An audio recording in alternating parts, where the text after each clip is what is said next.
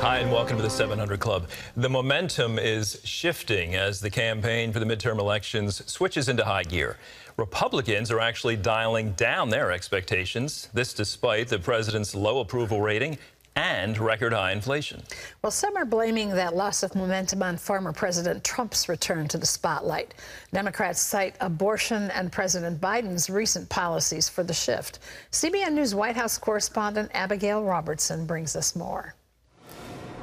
Just weeks ago, political analysts were predicting Republicans could win as many as 35 House seats, but now they're projecting closer to 10 to 20. And even GOP leaders are saying Democrats could keep control of the Senate. There's probably a greater likelihood the House flips than the Senate. While GOP anger over the FBI raid of former President Trump's home energized his supporters, Republicans want the media focused on President Biden's policies and economy, not Trump's handling of classified documents. He should have turned the documents over and apparently had turned a number of documents over. George, what I wonder about is why this could go on for almost 2 years and less than 100 days before the election. Suddenly we're talking about this rather than the economy or inflation or even the student loan program. After Facebook's Mark Zuckerberg revealed the social media giant limited the Hunter Biden laptop story due to an FBI warning, Trump took to his Truth Social platform, repeating claims of, quote, massive fraud and election interference, and calling for a new 2020 presidential election. Political strategists question if Trump's return to the spotlight is causing the GOP to lose momentum. He is making himself a part of this election that maybe voters don't like the job President Biden is doing, but they're being reminded about some of the things that they didn't like about President Trump when he was in office. And that creates a murkier playing field and makes it more difficult for Republicans to make gains in the House and the Senate. But Inside Elections' Nathan Gonzalez claims Republicans don't need a wave to win back the House and Senate. The Democratic majorities are so narrow. Republicans only need a net gain of 1 seat in the Senate. They only need a net gain of 4 seats in the House. So they don't need this seismic political wave in order to get to the majorities. And President Biden will kick off a stretch of campaign events in Philadelphia on Thursday with a primetime address on the soul of our nation, talking about why voters will be voting to save our democracy in November. Andrew? Thanks, Abigail. Fascinating report. You know, the Democrats point to a lot of activity from their administration, such as canceling some student debt. You know, this is proof they're getting things done, they say. Do you think these policies will hurt or help them in the midterms? Well, Andrew, this policy run that the administration is on is currently generating a lot of positive press for Democrats and President Biden. But what Nathan Gonzalez told me earlier this week is that what matters is if these policies actually help the American people, if they save Americans money, for example, and if their gas prices go down and they don't feel the effects of inflation as much in a few weeks.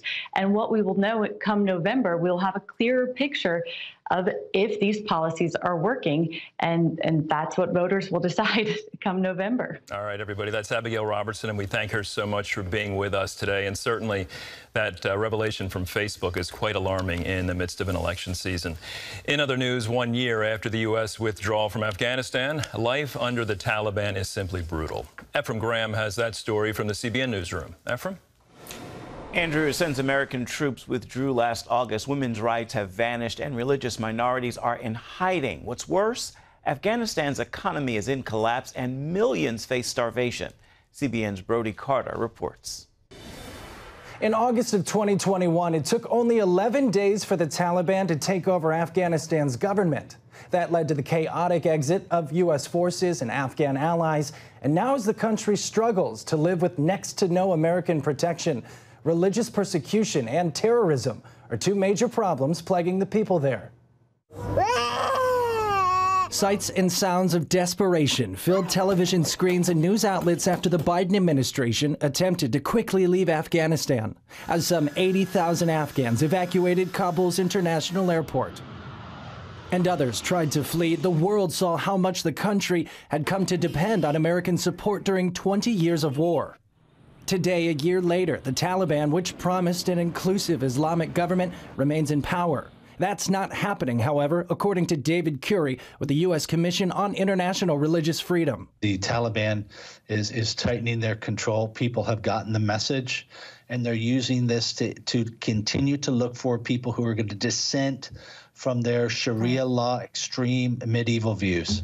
Since the U.S. departure, the country has experienced a health and hunger crisis due to a collapsing economy. Plus, years of progress in Afghan women's rights have seemingly disappeared. Curry says on top of all this, the Taliban and ISIS-K are hunting down religious minorities. Christians, Jews, and others. And it means basically they started tracking them down, going house to house with lists. And now that's put many of these religious minorities on the run. The Taliban has also allowed the country to become a sanctuary for terrorists. The intelligence community has been very clear to those of us on the Armed Services Committee that al-Qaeda and ISIS are rebuilding, and they fully intend to attack the West again. U.S. intelligence continues to monitor Afghanistan from afar, including a recent secret drone attack that killed al-Qaeda's leader, Ayman al-Zawahiri. You can read this either way as to whether it proves we can handle counterterrorism from long distance, or whether it proves that trying to do so introduces new risks. It's probably a little bit of both. Even though America's longest ground war is over, the U.S. remains engaged in Afghanistan through a counterterrorism program called Over the Horizon. Whether or not it can prevent terrorists from remaining safe there remains to be seen. Brody Carter, CBN News. A political crisis rocking Baghdad. More than 30 people are dead in fighting between government security forces and supporters of a prominent Shiite cleric. Muqtada al-Sadr took to television calling on the militants to stand down and leave the Green Zone. It comes after days of fighting in the area which houses Iraqi government buildings and the U.S. Embassy. The fighting began when Muqtada's supporters stormed the zone after he announced he was resigning from politics.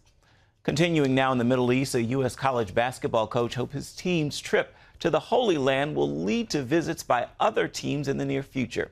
As Chris Mitchell now shows us, the trip also served as a spiritual pilgrimage for some of his players.